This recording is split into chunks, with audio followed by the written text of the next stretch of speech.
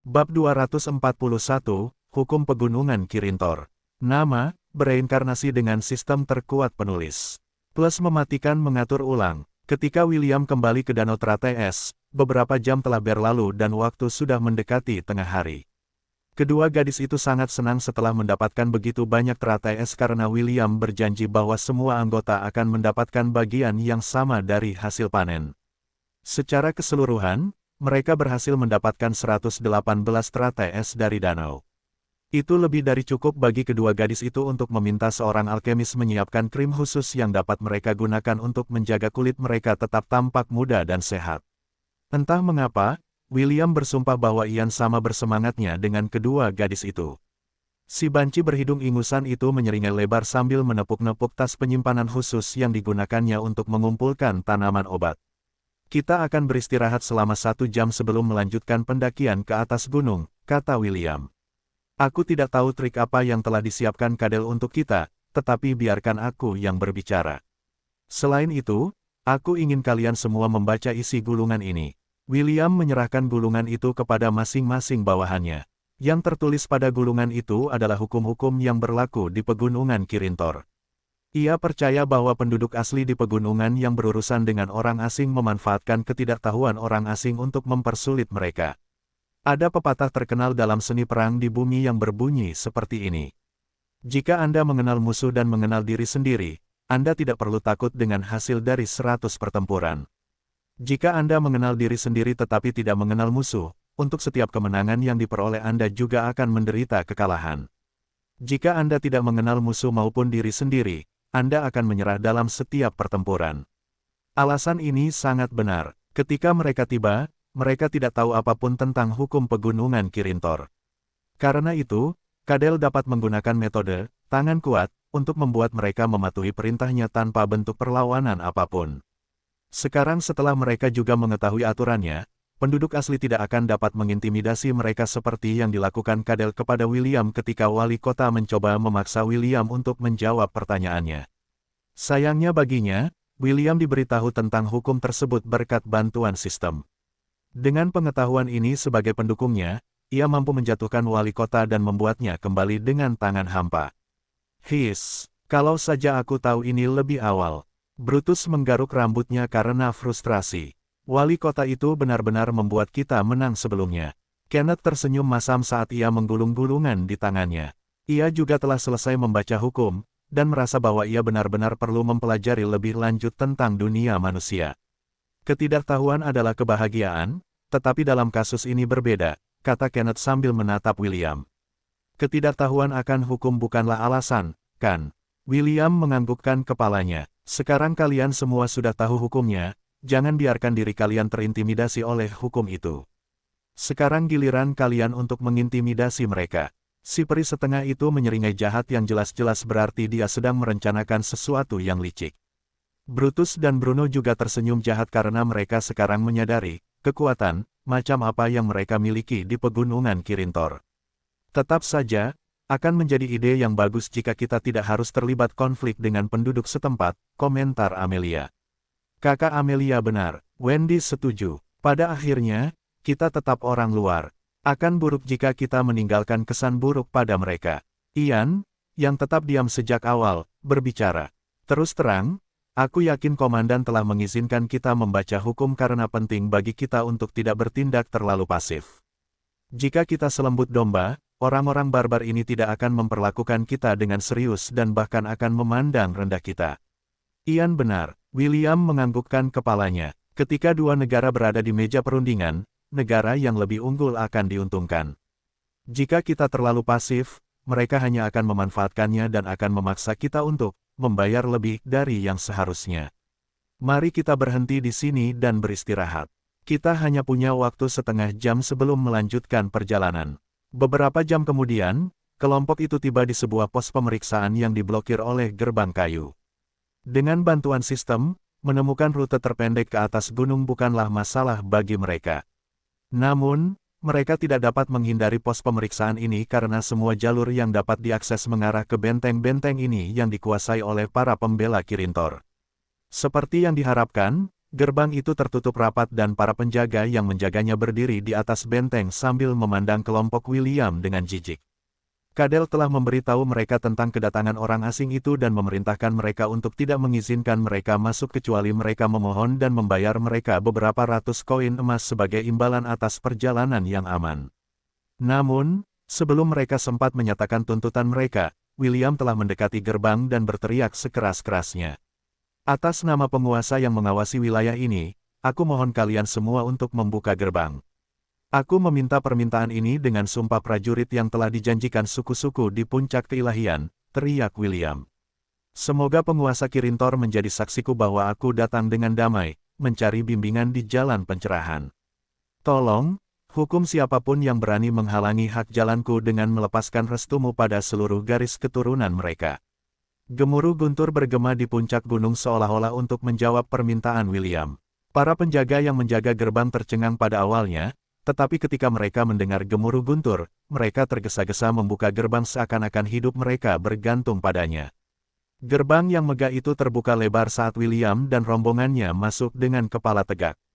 Para penjaga menatap mereka dengan waspada, karena ini adalah pertama kalinya seseorang menggunakan sumpah mereka untuk memasuki wilayah kekuasaan mereka. Ini adalah sumpah yang tidak dapat mereka langgar kecuali mereka ingin pelindung mereka menghukum mereka dan mencabut kekuatan garis keturunan mereka. Tentu saja, tidak semua orang dapat mengucapkan sumpah ini. Ada satu syarat dan itu harus diakui oleh Ibex Perang Amorian, yang dikatakan sebagai keturunan langsung dari demigod yang menguasai pegunungan Kirintor. Cadel, yang sedang beristirahat di dalam benteng, telah diberitahu tentang kedatangan William di pos pemeriksaan. Dia memiliki ekspresi sombong di wajahnya saat dia melirik Jerkins yang duduk di seberangnya. Bocah sombong itu akhirnya datang, kata Cadel dengan ekspresi puas di wajahnya. Saya ingin tahu apakah dia bisa memasuki benteng tanpa cedera. Mengapa kita berdua tidak bertaruh, Duta Besar? Jika Anda menang, saya akan menyampaikan beberapa patah kata yang bagus kepada kepala suku tentang tujuan kedatangan Anda. Wali kota Northwell tidak serius dalam perkataannya. Dia hanya mengatakan ini untuk menggoda Jerkins dan membuat Duta Besar merasa tertekan. Cadel ingin dia tahu bahwa di dalam pegunungan Kirintor, suku-sukulah yang mengambil keputusan dan bukan orang asing yang datang ke sini untuk mencari audiensi. Maaf, tetapi saya tidak begitu suka bertaruh, jawab Jerkins sambil tersenyum. Terutama, jika menyangkut taruhan yang pasti saya menangkan. Senyum percaya diri Duta Besar membuat senyum Cadel menghilang dari wajahnya.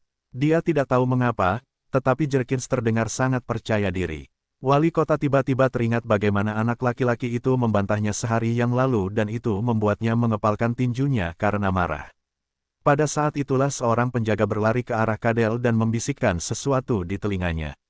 Wali kota Northwell memasang ekspresi tidak percaya di wajahnya setelah mendengarkan laporan bawahannya.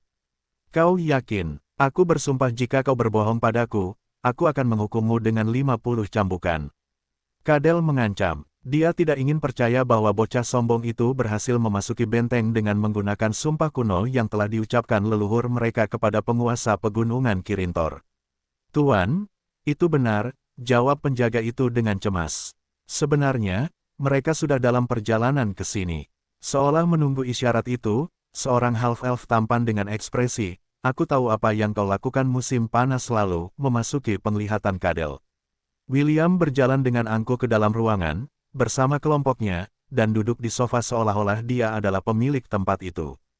Wendy duduk di sebelah kanannya, sementara Amelia duduk di sebelah kirinya, anggota lainnya berdiri di belakangnya dan menatap Cadel seakan-akan mereka sedang melihat serangga yang dapat mereka hancurkan kapan saja. Wali kota, kurasa kita berdua perlu bicara panjang lebar, tatapan mata William yang tajam menatap mata Cadel yang membuat Cadel merasa sangat tidak nyaman. Sebaiknya kau berhenti memainkan trik-trik kecilmu. Itu hanya membuatku memandang rendah orang yang dipuja sebagai penjaga pertama utara. Wah, apakah ini caramu menantangku berduel? Tanya Cadel dengan amarah yang nyaris tak terkendali. Karena jika itu rencanamu, kau berhasil membuatku marah. Aku menantangmu. William menatap Cadel dengan pandangan meremehkan. Bagaimana kalau aku kembalikan pertanyaan itu padamu? Beranikah kau menantangku? Cadel terdiam saat mendengar pertanyaan William. Meskipun urutan tantangannya hanya dibalik, itu memiliki makna yang berbeda jika tuan rumah menantang tamu mereka untuk berduel. Ini berarti mereka tidak memiliki etika seorang pejuang dan tuan rumah yang baik. Jika William adalah orang yang menantangnya, maka dia bisa menerimanya dan bahkan membunuh William dalam duel tersebut karena hal itu sesuai dengan hukum mereka. Namun, jika dialah yang menantang William, semua prajurit di pegunungan Kirintor akan memandang rendah dirinya. Bahkan ada kemungkinan bahwa dia dan seluruh garis keturunannya akan dibunuh untuk meredakan kemarahan penguasa mereka. Meskipun mereka disebut sebagai bangsa barbar utara, suku-suku di utara mungkin adalah satu-satunya orang di benua selatan yang mengikuti hukum wilayah kekuasaan mereka dengan pengabdian yang ketat. Selama mereka mematuhi aturan, tidak seorang pun akan mampu menaklukkan mereka. Yang tidak diketahui William dan seluruh orang di benua selatan adalah bahwa pegunungan Kirintor bukan hanya pegunungan biasa. Itu adalah artefak suci milik Dewi Ketertiban dan Hukum, Themis. Sebuah artefak yang saat ini dimiliki oleh penguasa yang memerintah seluruh wilayah utara, dan orang yang memegangnya dengan erat. Kelompok itu melakukan perjalanan selama 2 hari lagi sebelum akhirnya tiba di puncak ketiga ksatria di pegunungan Kirintor.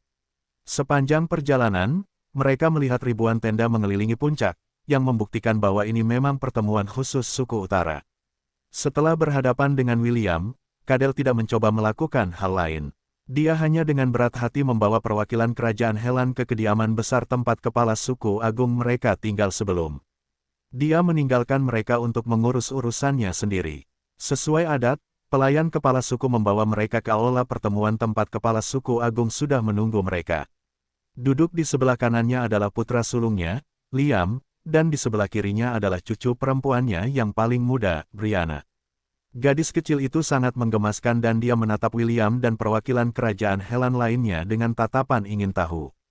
Dia tersenyum kepada mereka, tetapi tetap duduk seperti wanita bangsawan yang pantas selama acara-acara khusus. Nama kepala suku agung suku utara adalah Evander Zeke. Setelah ayahnya mengundurkan diri dari jabatannya, Evander memerintah suku dengan baik. Ia membawa kemakmuran dan kebahagiaan bagi mereka selama bertahun-tahun, dan semua pemimpin suku lainnya sangat puas dengan caranya mengelola berbagai hal. Itulah sebabnya ia dicintai oleh rakyatnya. Sekarang putra keduanya sedang mencari seorang istri. Suku-suku berkumpul dan membawa wanita-wanita tercantik di wilayah kekuasaan mereka untuk mendapatkan kesempatan menjadi istri prajurit kedua. Dalam masyarakat mereka, seorang pria biasa dapat memiliki 1 istri, sementara seorang prajurit dapat memiliki 4 istri. Ini adalah cara untuk melestarikan garis keturunan mereka karena kehidupan para prajurit sangat tidak dapat diprediksi, terutama selama masa perang. Karena kemungkinan mereka meninggal sangat tinggi, suku-suku telah sepakat bahwa memiliki lebih dari 1 istri diperlukan untuk melestarikan warisan mereka sebagai prajurit pemberani dari pegunungan Kirintor. Sir Jerkins membungkuk hormat kepada kepala suku agung sebelum duduk di atas tikar yang disediakan untuk mereka. William dan yang lainnya mengikuti sapaan hormat duta besar dan duduk juga. Para tamu dari jauh, saya menyambut Anda di puncak ketiga kesatriaan, kata kepala suku agung Evander sambil tersenyum. 2 hari dari sekarang, suku kita akan mengadakan perayaan khusus. Silakan tinggal dan nikmati perayaannya. Mengenai tujuan kedatanganmu, kurasa aku sudah punya gambaran tentang apa itu. Kepala suku agung berhenti sejenak sebelum menatap Sir Jerkins dengan ekspresi serius. Kita akan mengadakan pembicaraan sehari setelah putra keduaku memilih calon istrinya. Aku cukup sibuk dengan persiapan untuk acara khusus ini dan tidak punya waktu untuk menghiburmu dan tujuan kedatanganmu. Sir Jerkins mengangguk sopan kepada kepala suku, kami sangat ingin merasakan keramah tamahan kepala suku agung dan rakyatnya. Karena Yang Mulia telah mengeluarkan dekrit Anda, kami tentu akan mematuhinya dan tidak akan membahas apapun yang berhubungan dengan politik. Kepala suku agung Evander mengangguk setuju kepada Jerkins. Senang sekali berbicara dengan Anda, Sir Jerkins. Anda juga, Yang Mulia, jawab duta besar. Pertemuan mereka dengan kepala suku agung berakhir di sana dan mereka diantar ke kamar tamu yang telah disiapkan untuk mereka. Wendy dan Amelia saat ini adalah tunangan William, jadi mereka bertiga berbagi kamar. 5 menit setelah petugas meninggalkan kamar mereka, seorang gadis cantik diam-diam memasuki kamar mereka dan buru-buru menutup pintu di belakangnya. Mata abu-abunya yang cerah dan jernih menatap tamu-tamu mereka dengan penuh harap. Apakah ada di antara kalian yang mengenal Ernest? Brianna, Cucu perempuan termuda kepala suku agung bertanya dengan senyum polos di wajahnya. Dia kemudian duduk dengan santai di atas tikar dan menatap wajah tampan William. Apakah Anda berbicara tentang Pangeran Ernest? William bertanya balik. Gadis kecil itu menganggukkan kepalanya sebagai jawaban atas pertanyaan William. Senyum di wajahnya melebar saat dia menatap William penuh harap. Bagaimana keadaannya? Brianna bertanya. Apakah dia memikirkanku? Tatapan Brianna begitu murni dan polos sehingga William merasa hatinya meleleh. Dia kemudian mengeluarkan gulungan yang tersegel dari cincin penyimpanannya dan menyerahkannya kepada gadis yang tampaknya adalah teman baik pangeran termuda dari kerajaan Helan. Sebelum berangkat ke wilayah utara, pangeran memberikan William sebuah surat. Pangeran berkata bahwa William harus menyerahkannya secara pribadi kepada cucu perempuan termuda dari kepala suku agung. Dia juga menambahkan bahwa komandan ksatria harus memastikan bahwa tidak ada orang lain di sana saat dia menyerahkan surat itu kepadanya. Brianna praktis merampas gulungan itu dari tangan William saat bocah itu menyerahkannya kepadanya. Dia segera membuka segelnya dan mulai membaca isi surat itu. William, Wendy, dan Amelia menyaksikan dengan geli saat gadis kecil itu menggeliat di kursinya seolah-olah membaca surat yang diberikan kepadanya oleh orang yang dia sukai. Dia sesekali tertawa kecil yang mencerahkan suasana di dalam kamar tamu. Beberapa menit berlalu sebelum loli kecil itu dengan lembut menggulung gulungan itu dan meletakkannya di dalam cincin penyimpanannya sendiri. Brianna menatap William dengan ekspresi kagum yang hampir membuat half-elf itu mengalihkan pandangannya karena intensitasnya. Ernest mengatakan bahwa kau adalah komandan ksatria termuda di kerajaan Helan, kata Brianna. Benarkah? Bukan hanya yang termuda, tetapi juga komandan ksatria paling tampan di kerajaan, William menjawab dengan senyum puas di wajahnya. Si Ernie kecil sudah memperingatkanku tentang narsismemu, tapi melihat berarti percaya. Brianna terkekeh. Yah, kamu memang tampan, tapi beri si Ernie beberapa tahun lagi dan dia akan lebih tampan darimu. Tidak mungkin, bukan tidak mungkin, bagaimana udang kecil itu bisa dibandingkan denganku. Lihat saja betapa hebatnya aku. Bandingkan dengan bocah nakal yang rambutnya belum tumbuh itu dan katakan padaku apakah dia bisa melampaui ketampananku. William mengangkat kepalanya dengan arogan. Bahkan jika kamu memberi Pangeran Ernest 100 tahun, dia tetap tidak akan bisa mencapai tingkat ketampananku. Tidak, si Ernie kecil akan lebih tampan setelah beberapa tahun. Brianna tidak setuju. Calon suamiku adalah yang terbaik. Cek, apakah ini yang mereka maksud ketika mereka mengatakan bahwa cinta itu buta? Gerutu William, baiklah, aku tidak akan berdebat dengan si loli kecil. Itu tidak sepadan. Wendy dan Amelia, yang duduk di samping William, terkekeh bersamaan. Mereka tahu bahwa komandan mereka hanya menggoda gadis muda itu, tetapi tetap saja lucu bahwa cucu perempuan termuda dari kepala suku agung mampu melawan dan menempatkan half-elf yang narsis itu pada tempatnya. Mata Brianna kemudian menajam saat dia berdeham. Katakan padaku, apakah kalian semua di sini untuk meminta suku utara menjadi sekutu kalian? Kedoknya yang menggemaskan menghilang dan digantikan oleh ekspresi serius yang tidak sesuai dengan usianya. William terkejut dengan perubahan mendadak pada gadis kecil di depannya. Dia tidak tahu apakah dia harus berbicara jujur atau menunggu Sir Jerkins berbicara langsung dengan kakek gadis itu tentang aliansi yang diusulkan antara suku mereka dan kerajaan Helan. Namun, setelah berpikir sejenak, dia memutuskan untuk mempercayai instingnya dan menjawab pertanyaan gadis itu. Ya, itulah tujuan kunjungan kami, jawab William setelah mempertimbangkan dengan saksama. Dari apa yang bisa dia lihat, gadis itu tidak hanya mengunjungi mereka untuk menanyakan tentang kesejahteraan tunangannya. Matanya yang tajam dan cerdas mengingatkan William pada mata kakeknya ketika lelaki tua itu merencanakan sesuatu di belakang punggung cucunya. Brianna tidak memberinya aura jahat, dan Ella, yang berbaring tidak jauh dari mereka, juga memberikan persetujuan. Diam-diamnya, dengarkan baik-baik. Brianna merendahkan suaranya seolah takut seseorang mungkin mendengar pembicaraan mereka. Selain kelompokmu, ada dua kelompok lain. Mereka tiba di puncak ketiga 2 hari yang lalu. Aku khawatir usulanmu untuk aliansi tidak akan berjalan mulus. Brianna hendak berkata lebih lanjut, tetapi disela oleh ketukan di pintu. Dia buru-buru mengubah ekspresinya menjadi gadis kecil yang polos dan naif yang dapat dengan mudah ditipu oleh orang lain untuk mengikuti mereka ke rumah mereka sendiri. Mereka mengatakan bahwa di kerajaan Helan, ada banyak pakaian dan perhiasan yang indah, benarkah itu? Brianna bertanya tepat pada saat pintu terbuka lebar. Brianna, kamu seharusnya tidak mengganggu tamu kita. Liam, ayah Brianna, muncul di ruangan itu dengan ekspresi tegas. Bukankah aku sudah bilang padamu untuk tidak berkeliaran selama ini? Liam kemudian menghadap William dan dua gadis di sampingnya sebelum membungkuk sebentar. Aku minta maaf atas pelanggaran putriku. Dia cukup bodoh tentang dunia dan akan sering melakukan sesuatu yang nakal. Aku harap dia tidak mengganggu atau menyinggungmu dengan cara apapun. Ayah, aku hanya bertanya tentang pakaian modis seperti yang dikenakan oleh kakak berambut hijau. Brianna cemberut. Kakak, aku tidak mengganggu istirahatmu, kan? Tentu saja tidak, jawab William. Untuk saat ini, dia memutuskan untuk bermain bersama dan menyelamatkan gadis kecil itu dari pukulan ayahnya. Nona Brianna adalah gadis muda yang sangat baik dan penuh hormat. Bahkan di ibu kota, hanya sedikit gadis yang memiliki pesona dan keanggunan seperti dia. Petik 2. Lihat, kakak memujiku. Aku gadis yang baik dan aku tidak melakukan hal buruk. Brianna menatap ayahnya dengan wajah yang dipenuhi ketidakadilan. Tatapan Liam akhirnya melembut saat dia mengusap kepalanya dengan lembut. Ayo kembali, ibumu baru saja selesai membuat kue. Yayai, kue. Brianna berlari keluar ruangan dengan semangat tinggi. Liam memperhatikan Liam yang menjauh dengan senyum tak berdaya di wajahnya. Ia kemudian menghadap William dan kedua gadis itu dan membungkuk hormat sebelum meninggalkan ruangan, menutup pintu di belakangnya. Sebelum kedua gadis itu sempat berkata apa-apa, William buru-buru menutup bibir mereka dengan tangannya dan berkata dengan suara keras.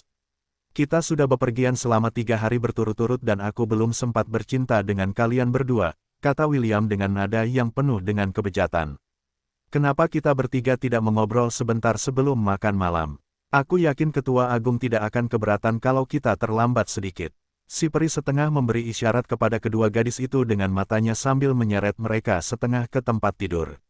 Wajah Wendy dan Amelia sudah memerah karena meskipun mereka tahu bahwa William hanya berpura-pura, mereka berdua tetaplah gadis suci yang hanya mendengar satu atau dua hal tentang apa yang dilakukan pasangan di kamar tidur. William dengan lembut mendorong kedua gadis itu ke tempat tidur dan berbaring di antara mereka. Ia kemudian menarik mereka lebih dekat kepadanya sambil mengucapkan kata-kata cinta ke telinga mereka. Ada 3 orang yang mendengarkan pembicaraan kita, bisik William ke telinga Amelia. Yang satu bersembunyi di balik lukisan di dinding, yang satu lagi di balik pintu, dan yang ketiga ada di luar jendela. Si half-elf mencium kening Wendy sebelum membisikkan hal yang sama seperti yang dikatakannya kepada Amelia ke telinganya. Kedua gadis itu kemudian memainkan peran mereka dan bersikap mesra dengan William. Amelia mempermainkan telinga William, sementara Wendy mengusap dadanya.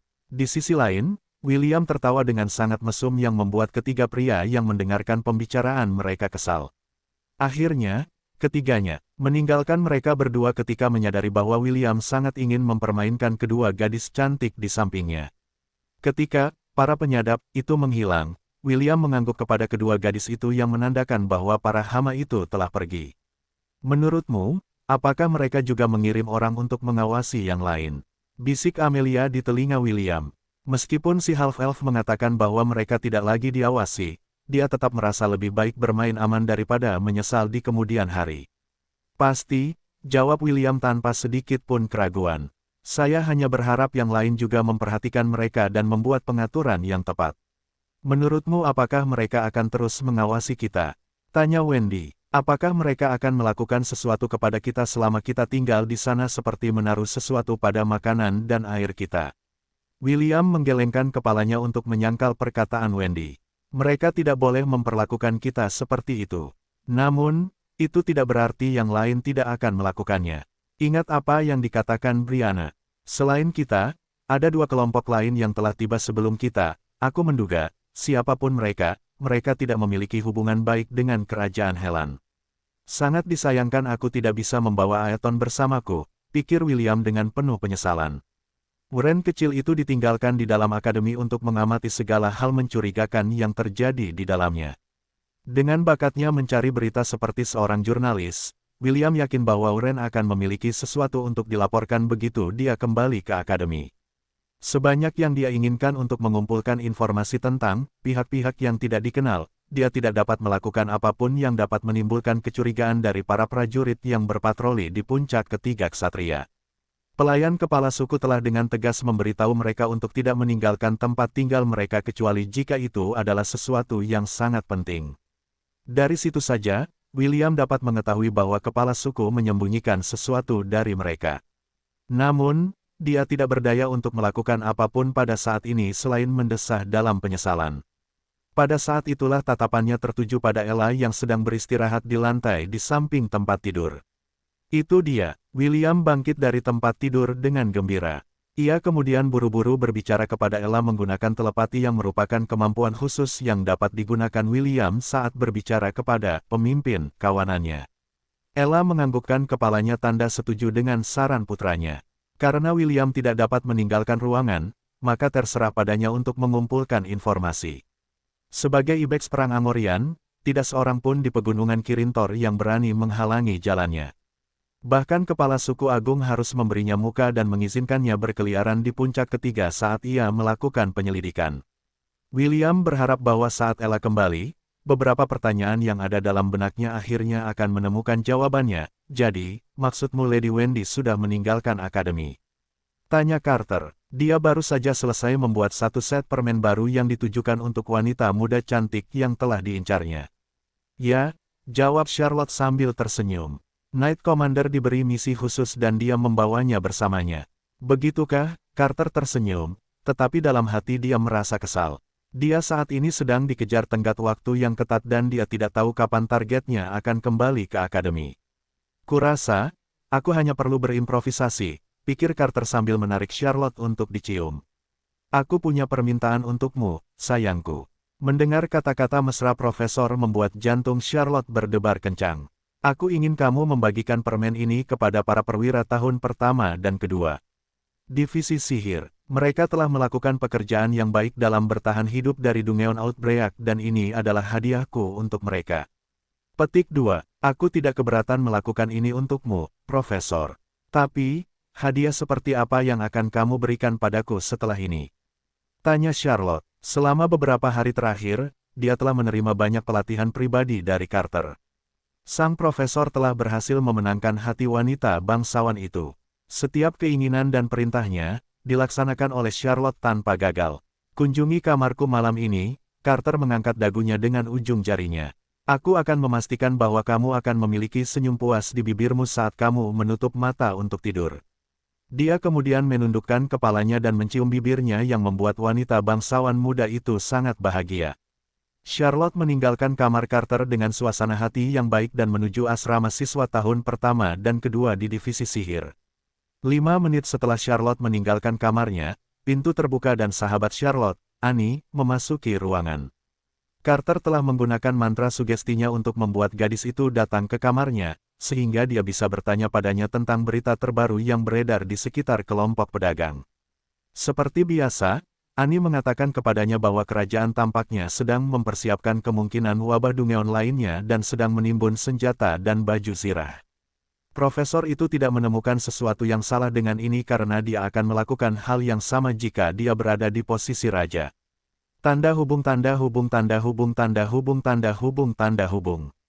Apa yang kamu makan? ST bertanya ketika dia melihat Ishak memegang sebuah kantong di tangannya sambil mengunyah sesuatu. Ishak memberikan kantong yang berbeda kepada ST sambil tersenyum. Tuan muda, ini permen. Sekretaris Divisi Sihir tahun ketiga, Lady Charlotte, memberikannya kepada kami. Dia berkata bahwa itu adalah hadiah kecil karena telah melakukan pekerjaan yang hebat selama Dungeon Outbreak. Lady Charlotte, bayangan putri cantik Marquez muncul di kepala ST saat ia menerima kantung dari pelayannya. Ia lalu dengan santai mengambil permen dari kantung dan memakannya. Rasa manis membanjiri mulutnya dan ST merasa sedikit pusing sesaat sebelum semuanya kembali normal. Ini sangat lezat, kata ST setelah menghabiskan permen itu. Kau tahu di mana dia membeli ini? Ishak menggelengkan kepalanya, Lady Charlotte mengatakan bahwa ini buatan tangan sehingga tidak bisa dibeli di toko manapun. Namun, dia berjanji akan memberi kita lebih banyak setelah pembuatnya selesai membuat batch berikutnya. Ian, yang biasanya bertengkar dengan William, tidak ada di sana. Karena itu, Ishak merasa sedikit kesepian karena sangat sedikit kesempatan ketika dia harus berpisah dengan saudara kembarnya. Setelah keduanya selesai memakan permen di dalam kantong mereka, mereka kembali bertugas sebagai petugas divisi sihir. Keduanya diam-diam menantikan batch permen berikutnya yang akan mereka terima segera setelah dibuat. Tanda hubung tanda hubung tanda hubung tanda hubung tanda hubung. Setelah Carter menerima sumber daya dari benua iblis, dia segera bekerja dan memproduksi sebanyak yang dia bisa untuk batch pertama. Permen ini berbeda dari yang pertama dia bagikan beberapa bulan yang lalu karena 15 kali lebih kuat.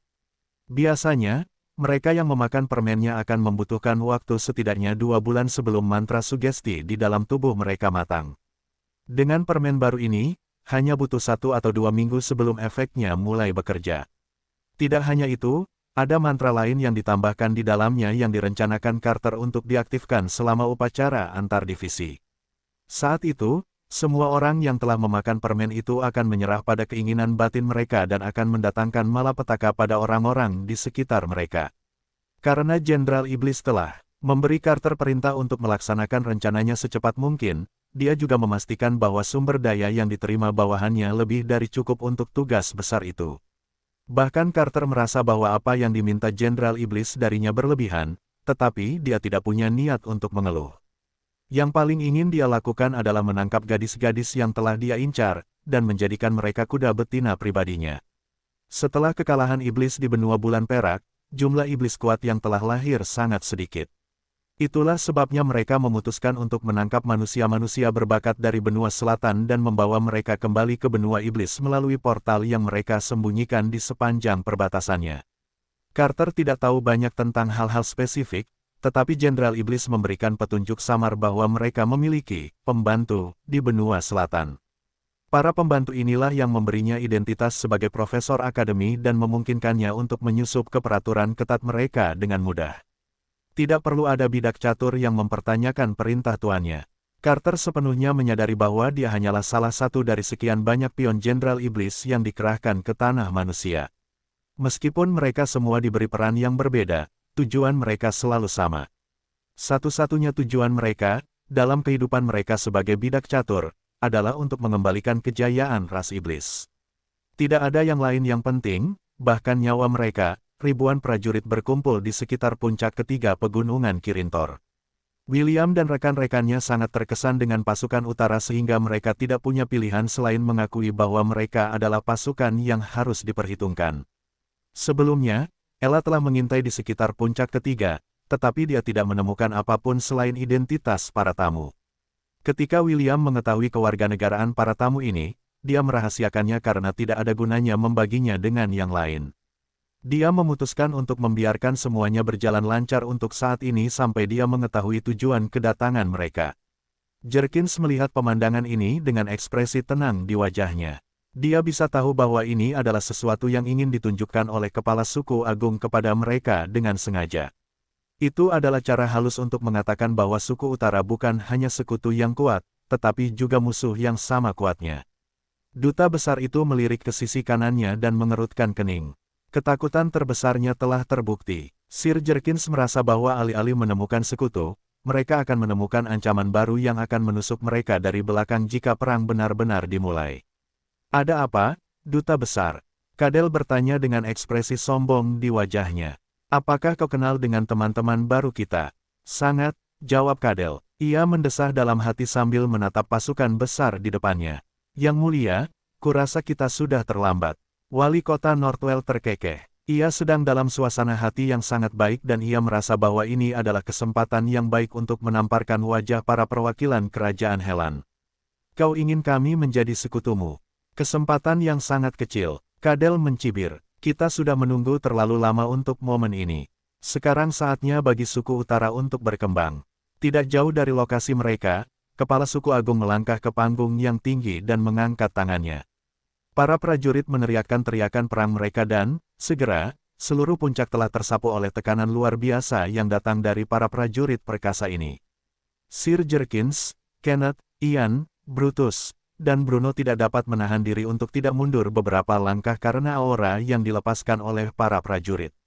Meskipun tidak ada satupun prajurit yang menginginkan hal ini terjadi, kekuatan. Teriakan mereka yang bersatu cukup kuat untuk memukul mundur mereka yang tidak terbiasa dengan pencegahan semacam ini. Tamu lain dari suku utara berada dalam situasi yang sama. Mereka juga tidak mampu menahan aura penindasan yang turun ke atas mereka dan harus mundur beberapa langkah untuk mendapatkan kembali pijakan mereka. Hanya William, Wendy, dan Amelia yang mampu bertahan.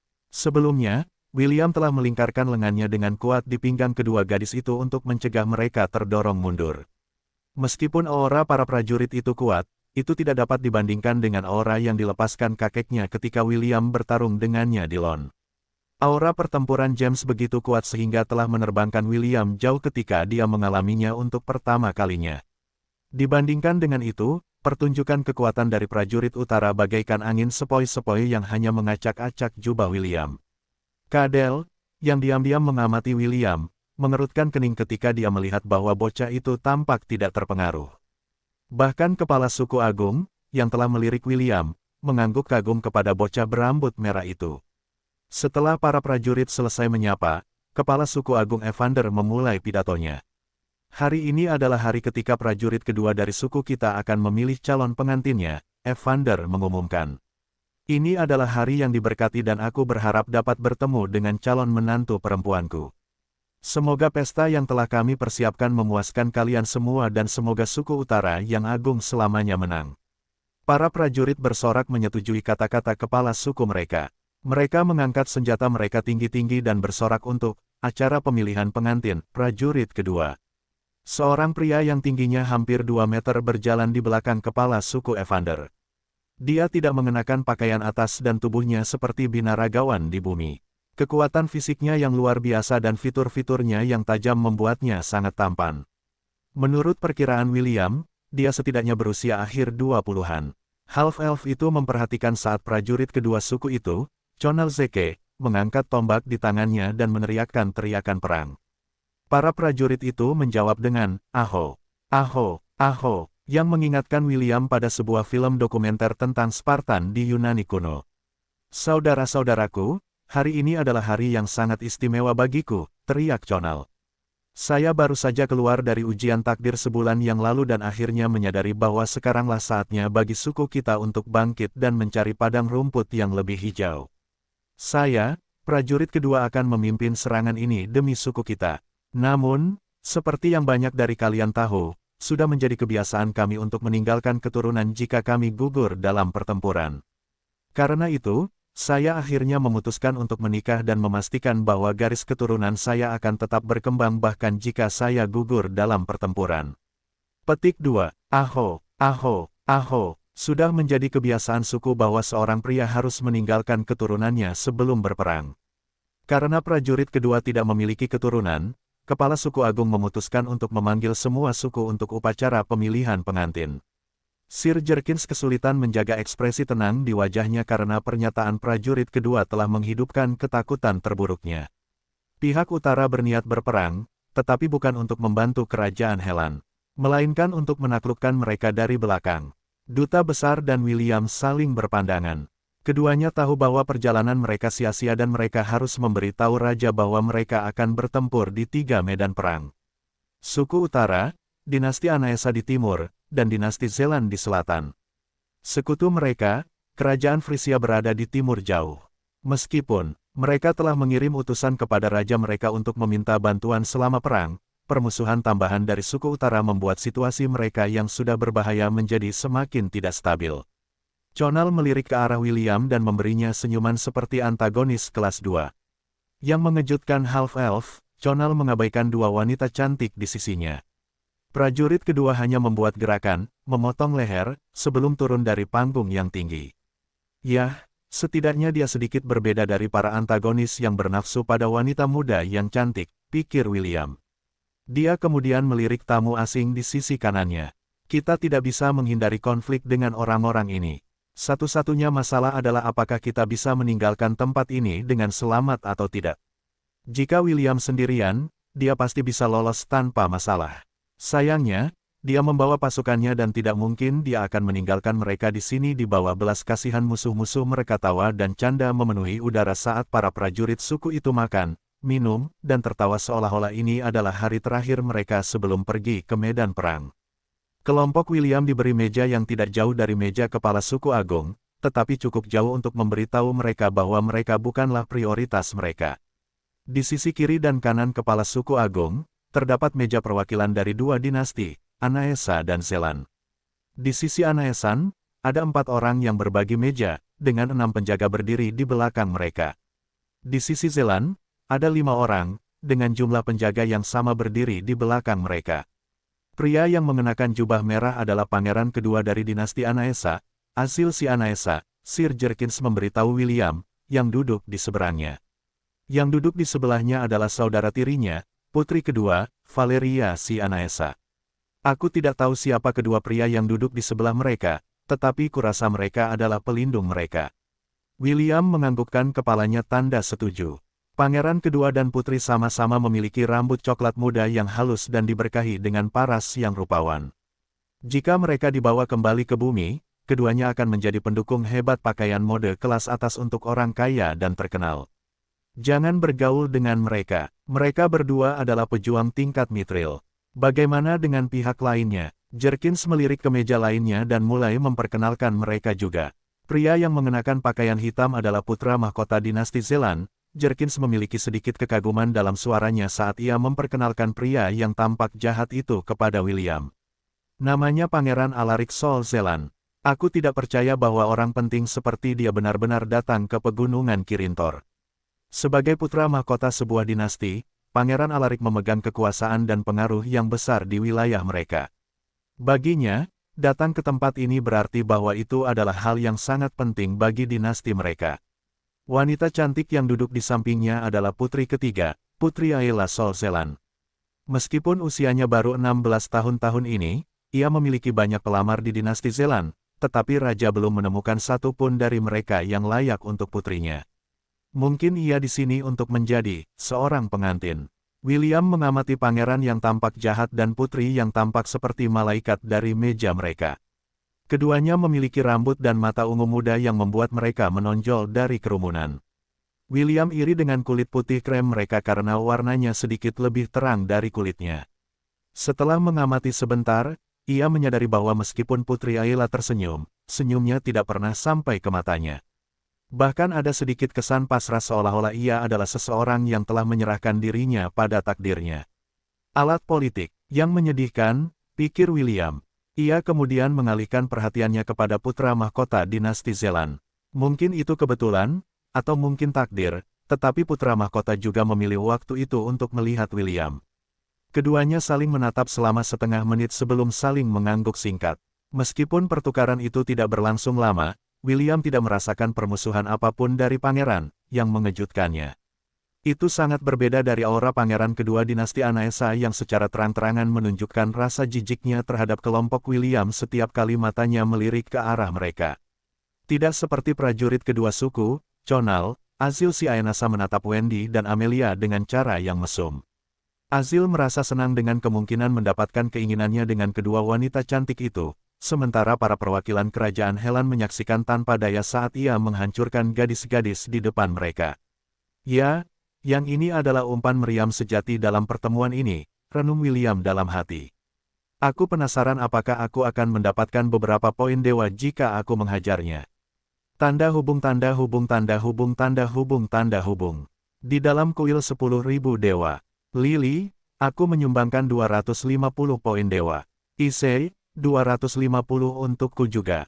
David, 250. Gavin, oke, 250 untukku juga.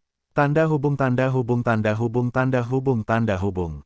Setelah pesta berakhir, Conal berdiri dan membungkuk hormat kepada Putri Azil. Ia kemudian mengulurkan tangannya sebagai isyarat dan menunggu wanita muda cantik itu meletakkan tangannya di atas tangannya. Putri Ayla tersenyum dan memegang tangan Conal. Prajurit kedua memegang tangan kecilnya dengan erat, dan dengan lembut menariknya mendekat padanya. Tindakan kelembutan yang langka dari prajurit kedua ini membuatnya mendapat sorakan dan ejekan dari para prajurit yang duduk di sekitar aula besar. Sejak saat ini dan seterusnya, aku menyatakan Putri Ayla sebagai istri utamaku, kata Conal. Meskipun ia berusaha sekuat tenaga untuk menyembunyikannya, semua orang masih bisa merasakan kebahagiaan yang tersembunyi di balik pernyataannya. Tampaknya prajurit kedua benar-benar jatuh cinta pada sang putri dan itu terlihat dari mata dan tindakannya. Saya merasa terhormat dipilih sebagai istri utama Anda, prajurit utara yang bangga, jawab Putri Ayla. Meskipun dia membenci kenyataan bahwa dia dipaksa oleh ayahnya untuk menikahi Conal, dia tidak menunjukkannya di wajahnya. Saya mengusulkan bersulam untuk pasangan yang luar biasa ini. Azil, pangeran kedua dari dinasti Anaesa mengusulkan. Semoga persatuan mereka membawa kemakmuran ke benua selatan. Sorak-sorai bergema di sekitar mereka saat para prajurit memberi Conal dan Putri Ayla restu mereka. Pangeran Azil kemudian berjalan menuju meja utama kepala suku agung dan berhenti di depan Brianna. Meskipun usiamu baru 11 tahun ini, aku menantikan pertumbuhanmu, Nona, kata Pangeran Azil sambil tersenyum. Aku sangat senang memilikimu sebagai calon istriku. Hah, Brianna membelalakkan matanya karena terkejut. Ia kemudian melirik ayahnya dengan bingung. Ayahnya, Liam, meminum anggur dari pialanya dengan ekspresi penuh tekad. Ia bahkan tidak melihat putrinya sendiri dan berpura-pura tidak menyadari tatapannya. Brianna merasakan hatinya menjadi dingin saat ia menatap kakeknya. Kepala suku Evander yang agung berbeda dari putranya dan menghadapi tatapan cucunya sambil tersenyum. Brianna, pangeran kedua Anaesa telah memutuskan untuk menjadikanmu istri keduanya, kata kepala suku Evander yang agung. Aku yakin kau akan bahagia di dinasti Anaesa. Benar begitu, Pangeran Azil. Tentu saja, Kepala Suku Agung. Aku berjanji akan merawat cucumu dengan baik. Aku akan memastikan bahwa ia tumbuh menjadi wanita yang baik. Bagus. Brianna menundukkan kepalanya dan mengepalkan tinjunya di bawah meja. Ayah dan kakeknya tidak memberitahu apapun tentang perjanjian pernikahan ini. Tidak, mereka tidak memberitahu karena mereka tahu bahwa Brianna tidak akan menyetujuinya. Putri Ayla, yang duduk tidak jauh dari gadis muda itu, menatapnya dengan tenang. Jauh di dalam hatinya, dia merasa kasihan pada Brianna. Dia bisa melihat dirinya sebagai cucu bungsu dari kepala suku agung. Keduanya berada di posisi yang sama. Keduanya hanyalah alat yang digunakan untuk keuntungan politik antara faksi-faksi kuat di benua selatan. Mereka adalah pengorbanan yang dibutuhkan untuk menyegel aliansi tripartai antara suku utara dan dua dinasti yang akan menyerang kerajaan Helan di semua lini. Pangeran Azil mengulurkan tangannya untuk meraih tangan kecil Brianna, untuk menyeretnya ke mejanya sendiri. Namun, sebelum pangeran bahkan bisa menyentuh tangan pengantinnya, tangan lain memegangnya dengan kuat. Pangeran Azil tersentak karena tangan yang memegang tangannya sangat kasar dan orang bisa tahu bahwa itu bukan tangan seorang bangsawan. Sang pangeran menoleh untuk melihat si bodoh yang berani menghalangi jalannya. Di sana ia menemukan seorang half-elf yang berambut merah seperti api, yang sedang menatapnya dengan mata hijau muda yang jernih, seindah safir. Maaf, tapi aku jatuh cinta pada Lady Brianna saat pertama kali melihatnya, William berbohong dengan wajah datar. Aku berencana untuk meminta kepala suku agung untuk menjadikannya tunanganku, tapi aku tidak pernah menyangka bahwa dia sudah bertunangan dengan yang lain. Pangeran Azil mendengus sambil melotot ke arah half-elf yang menyebalkan di depannya. Jika ada yang berani memegang tangannya tanpa izinnya di dinasti Aenasa, tangan orang itu akan dipotong, dan tubuhnya akan dicambuk 1000 kali. Dia tertawa marah sambil mengencangkan cengkeramannya di tangan William. Pangeran Azil berniat mematahkan tangan si pelaku untuk memberinya pelajaran. Karena kau sudah tahu bahwa nona muda bertunangan denganku, lalu mengapa kau menghalangi jalanku? Tanya Pangeran Azil. Ketahui tempatmu, dan kembalilah ke tempat asalmu, Helanian. William terkekeh seolah-olah apa yang dikatakan Pangeran Azil adalah omong kosong belaka. Kau bertanya mengapa aku menghalangi jalanmu. Kau tidak begitu pintar, bukan, pangeran kedua dinasti Aenasa. William mengangkat dagunya dengan sikap arogan dan bertindak seperti antagonis kelas 1. Aku datang ke sini untuk satu alasan, dan hanya satu alasan, yaitu untuk merebut si cantik ini dari tanganmu. Seperti yang kukatakan, aku jatuh cinta padanya dan aku tidak berencana untuk menyerahkannya kepada siapapun. Tidak kepadamu, atau pria lain di aula besar ini. Aula menjadi sunyi saat para prajurit menatap William dengan ekspresi muram. Tangan mereka bergerak ke arah gagang senjata mereka. Mereka hanya menunggu perintah dari kepala suku mereka untuk mencabik-cabik half-elf yang sombong itu. Kepala suku Evander hendak mengatakan sesuatu, tetapi William tidak memberinya kesempatan itu. Aku menantangmu, Azil si Anaesa, untuk mendapatkan tangan Lady Brianna, William menyatakan. Aku mengajukan tantangan ini untuk mematuhi hukum puncak ketiga kesatria. Aku memanggil penguasa pegunungan Kirintor untuk menjadi saksi atas tantangan ini. William kemudian memperkuat cengkeramannya di tangan pangeran kedua yang membuat sang pangeran meringis kesakitan. Setelah melihat reaksi sang pangeran, William melepaskan tangannya dan menghadap kepala suku Evander.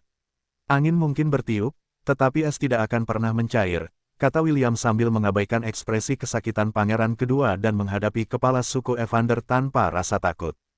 Benar begitu, kepala suku utara. Awalnya, William tidak berencana melakukan apapun. Namun, saat Pangeran Aizel hendak meraih tangan Brianna, tubuhnya bergerak tanpa sadar. Saat dia sadar, dia sudah meraih tangan pangeran kedua dan menatap wajah melototnya. Mungkin, karena dirinya sendiri menjadi korban perjodohan, William merasa Brianna sangat menyedihkan. Dia baru berusia 11 tahun, tetapi sekarang dipaksa menikah dengan seseorang yang bahkan tidak disukainya. Untuk sesaat, gambaran mata Brianna yang jernih dan percaya diri muncul di benak William. Detik berikutnya, mata yang sama itu mendung dan kehilangan kecemerlangannya. Jauh di dalam hatinya, Half-Elf tidak ingin wanita muda yang lincah itu kehilangan pancarannya. Karena itu, tubuhnya bergerak sebelum pikirannya sempat memikirkan cara untuk menyelamatkan gadis muda itu. Saat pangeran kedua berbicara, sistem telah memberitahu William bahwa ada aturan khusus di puncak kesatriaan yang memungkinkan tantangan khusus dikeluarkan. Puncak ini digunakan untuk menyelesaikan pertikaian antar suku dalam bentuk pertarungan satu lawan satu. Ini adalah tradisi berdarah di suku utara, tetapi itu adalah tradisi yang diakui oleh mereka semua. Apapun yang terjadi, apapun hasilnya, pemenangnya adalah raja. Kepala suku Evander menatap William dengan ekspresi serius. Frasa, angin mungkin bertiup, tetapi es tidak akan pernah mencair, memiliki arti penting bagi suku utara. Itu adalah janji yang diberikan penguasa agung mereka sebelum ia naik ke puncak pertama keilahian. Sejak saat itu, penguasa mereka tidak pernah muncul di hadapan mereka lagi. Namun, berkatnya masih ada. Hanya Oracle, yang melayani tuan mereka, yang akan turun dari puncak pertama untuk menyampaikan perintah penguasa mereka. Mengabaikan frasa ini sama saja dengan mengabaikan janji penguasa kepada rakyatnya. Kepala suku Evander bernapas dalam-dalam sebelum dengan enggan mengakui tantangan William. Angin mungkin bertiup, tetapi es tidak akan pernah mencair, kata Evander. Ia kemudian menatap pangeran kedua dari dinasti Anaesa dan mendesah dalam hati. Dia sudah memberikan kata-katanya, tetapi dia tidak berdaya melawan aturan wilayah kekuasaan mereka. Dia lebih suka mengingkari janjinya kepada seorang pangeran fana daripada mengabaikan janji seorang demigod. Menurut hukum suku kami, di dalam puncak kesatriaan, tantangan dapat dikeluarkan jika ada konflik kepentingan, kepala suku Evander menyatakan dengan ekspresi serius. Karena perwakilan dari kerajaan Helan juga ingin menikahi cucu perempuanku, maka duel yang adil diperlukan. Ini adalah hukum rakyat kami. Kepala suku, perlukah aku mengingatkanmu bahwa Pangeran Azil tidak dapat menyelesaikan kalimatnya karena kepala suku Evander telah melemparkan medali onyx ke arahnya. Aku sudah mengembalikan token yang kau berikan padaku. Kepala suku Evander berdiri tegak dan memancarkan auranya yang mengesankan. Jika kau ingin bertunangan dengan cucuku, kau harus berjuang untuk mendapatkan tangannya dalam pernikahan. Jika tidak, maka dia akan menjadi pengantin anak laki-laki ini. Pangeran Azil menyipitkan matanya. Misinya adalah untuk memastikan bahwa aliansi antara dinasti mereka dan suku utara berhasil. Itulah sebabnya ayahnya mempercayakan medali di tangannya sebagai alat tawar-menawar untuk mendapatkan tangan Brianna dalam pernikahan. Pangeran kedua tahu bahwa dia tidak bisa mundur dari duel ini, karena dia akan diolok-olok oleh saudara-saudaranya jika dia kembali sebagai pecundang. Pangeran Azil tidak takut melawan William dalam duel karena dia adalah seorang pejuang. Dinasti Anaesa adalah dinasti yang diperintah oleh kekuatan militer. Semua yang lemah disingkirkan, dan ini juga termasuk anggota keluarga kerajaan. Pangeran telah bertarung dalam beberapa duel sebelum dia diakui oleh ayahnya. Itu juga sebabnya dialah yang dipilih untuk misi yang sangat penting ini. Jika ia berhasil, maka ia akan dihujani pujian. Jika ia gagal, tidak kusangka seorang budak half-elf berani menantang pangeran ini. Betapa kerajaan Helan yang perkasa telah jatuh, kata Pangeran Azil dengan nada menghina. Katakan padaku budak, siapakah kau dan apa kedudukanmu di kerajaanmu? William mengalihkan kepalanya ke samping untuk melihat pangeran yang melotot yang hampir mengalami salah satu pembuluh darahnya pecah. William von Ainsworth, kata William sambil tersenyum. Aku adalah Komandan Ordok Satria kedua Kerajaan Helan. William kemudian menatap kepala suku Evander sambil melanjutkan pidatonya. Aku adalah Komandan Penguasa Perang Angorian. Senang bertemu dengan kalian semua. Mata kepala suku Evander, Liam, dan Conal membelalak karena terkejut. Para prajurit yang mengelilingi aula besar, di sisi lain, mulai berbisik satu sama lain sambil melirik William dari waktu ke waktu. Seorang komandan budak, Pangeran Azil terkekeh. Ini adalah hal paling konyol yang pernah kudengar seumur hidupku. Baiklah, aku terima tantanganmu, budak. Pangeran Azil melangkah maju dan menatap William karena dia setengah meter lebih tinggi dari bocah itu. Aku akan memastikan bahwa kau memahami posisimu di masyarakat. Aku akan menginjak-injak wajahmu dan menggunakannya sebagai penajam pedangku. Aku akan memastikan bahwa kau menyesal menantang pangeran ini. Kau tahu, itulah yang dikatakan semua karakter sampingan, jawab William. Karena kau mampu melontarkan omong kosong ini, itu berarti kau hanyalah orang kecil di dinasti Anaesa. Tepukan tangan yang keras bergema di dalam aula besar saat tongkat kayu William dan pedang Pangeran Azil beradu. Dalam bentrokan awal itu, kedua pria itu mampu mempertahankan posisi mereka. Kurasa kau bisa mendukung kata-katamu sampai batas tertentu, kata Pangeran Azil. William bergumam. Namun, aku lebih tampan darimu, jadi ini tetap kemenanganku. Teruslah bicara selagi lidahmu masih bisa bicara, bocah. Apa ada yang bilang kalau napasmu bau? Keduanya hendak beradu lagi ketika kepala suku Evander bertepuk tangan untuk menghentikan para pemuda yang hampir saja bertarung di dalam aula perjamuan. Karena kalian berdua akan bertarung, kita akan pindah ke arena ksatria, Evander menyatakan. Semua prajurit wilayah utara akan menyaksikan pertempuran ini. Lakukan yang terbaik dan tunjukkan pada kami kekuatan kerajaan Helan dan dinasti Anaesa. Pangeran Azil mendengus dan mundur. Dia kembali ke mejanya dengan suasana hati yang buruk. Jangan khawatir, kata William sambil menepuk kepala Brianna. Aku tidak akan membiarkan dia menikahimu. William tidak menunggu jawaban Brianna dan kembali ke mejanya. Begitu dia tiba, Sir Jerkins menyeretnya ke samping dan berbicara kepadanya dengan bisikan pelan. Mengapa kau melakukan itu? Jerkins bertanya. Kita sudah berada dalam situasi yang genting. Kita bahkan mungkin tidak dapat meninggalkan tempat ini jika suku-suku benar-benar bersekutu dengan dua dinasti. William menepuk bahu sang duta besar, karena kita berada dalam situasi yang genting ini, kita harus menunjukkan kekuatan kita. Jika para prajurit suku utara mengakui keberanian kita, mereka tidak akan mau menempatkan kita dalam tahanan rumah. Half-elf itu tersenyum menyegarkan kepada sang duta besar sambil melirik ke arah pangeran kedua Anaesa. Lagi pula, bukankah ini kesempatan yang bagus untuk membunuh seorang pangeran? Begitu dia mati, dinasti Anaesa dan suku-suku utara akan berakhir dalam konflik. Bukankah ini hal yang baik bagi kita? Sir Jerkins terdiam beberapa detik. Dia tidak pernah menyangka anak muda di depannya akan bertekad untuk mengalahkan seorang pangeran dari dinasti tetangga.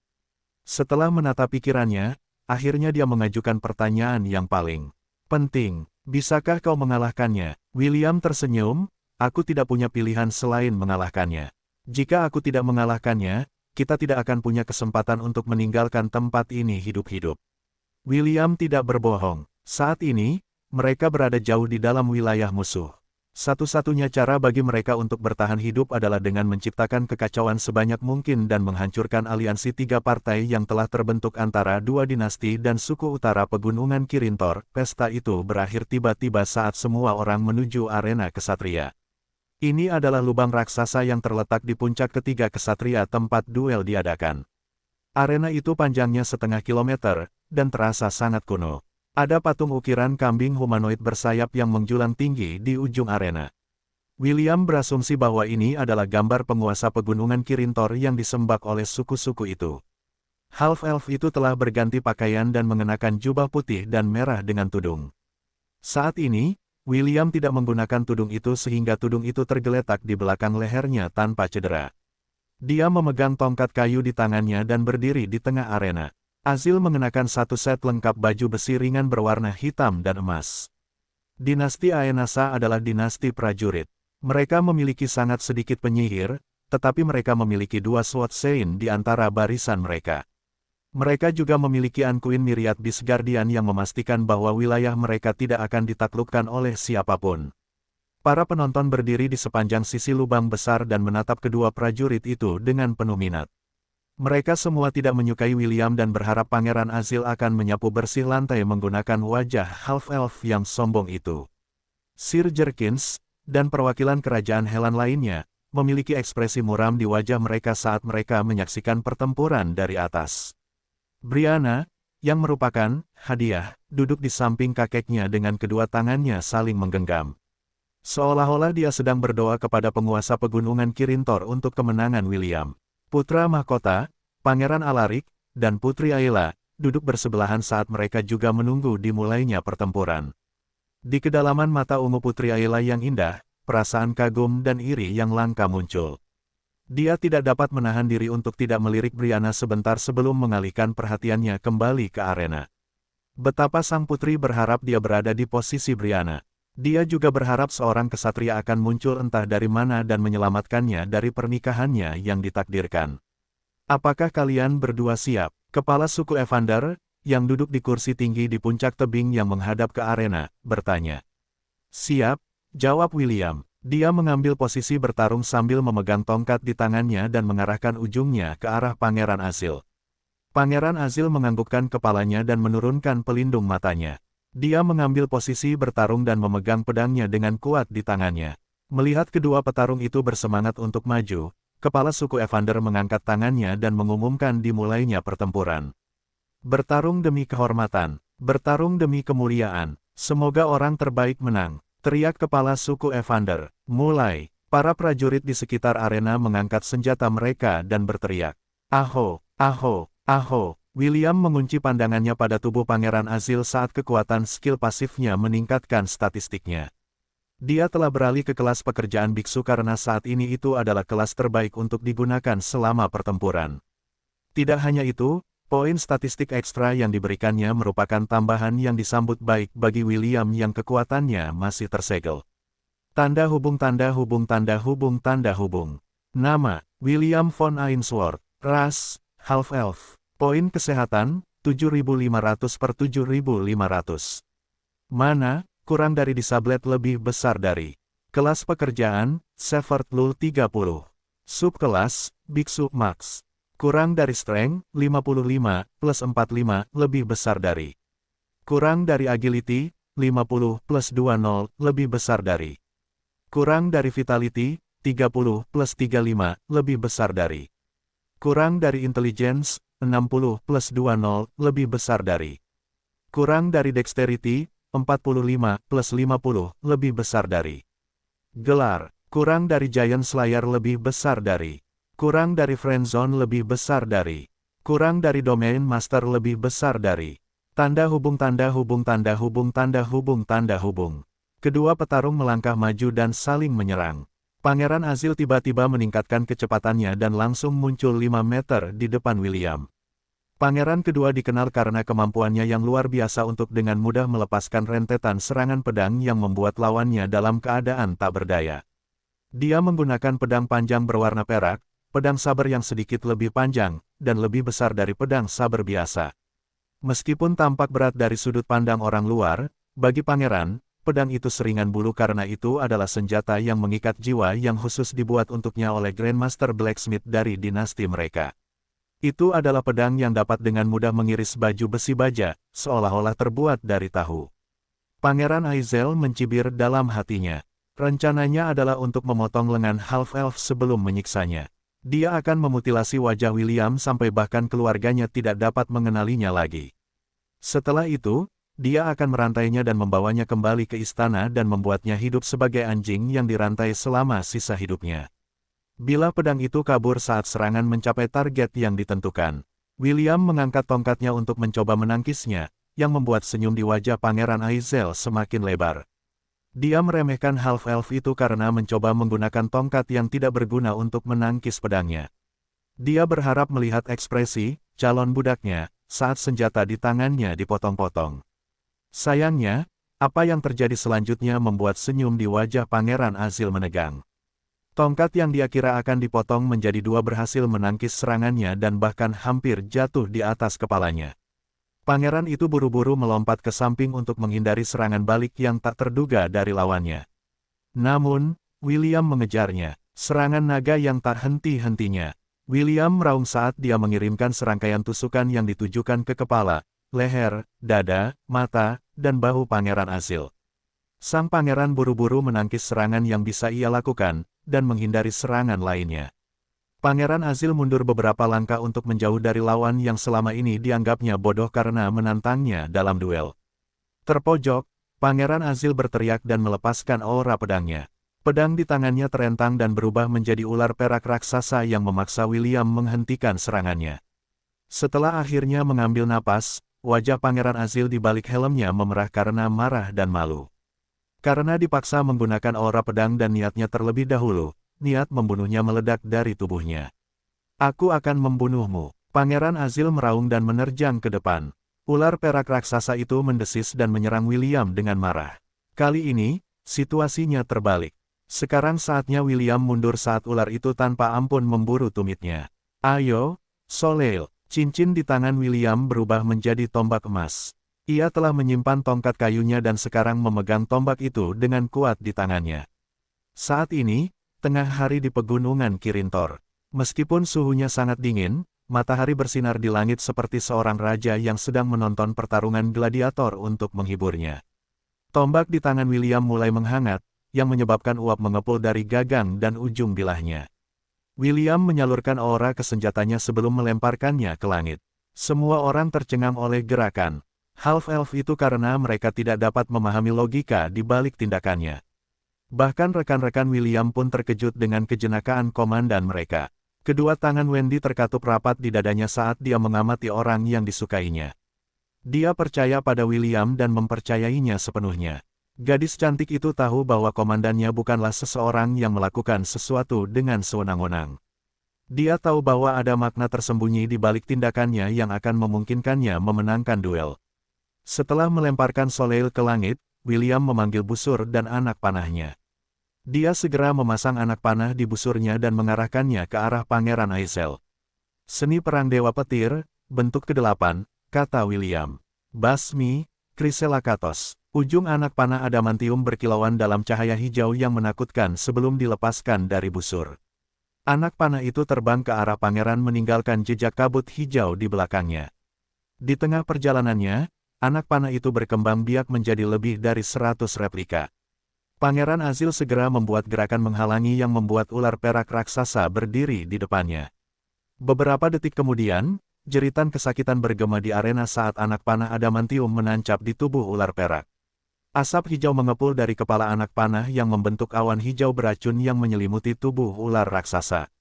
Pangeran Azil buru-buru menjatuhkan pedang di tangannya dan lari menjauh dari awan beracun itu. Sebagai anggota keluarga kerajaan, ia sangat ahli dalam menggunakan racun, karena itu adalah cara paling efektif untuk melenyapkan lawannya. Nalurinya mengatakan bahwa racun itu sangat kuat, jadi ia tidak ragu untuk menjatuhkan senjatanya untuk mundur.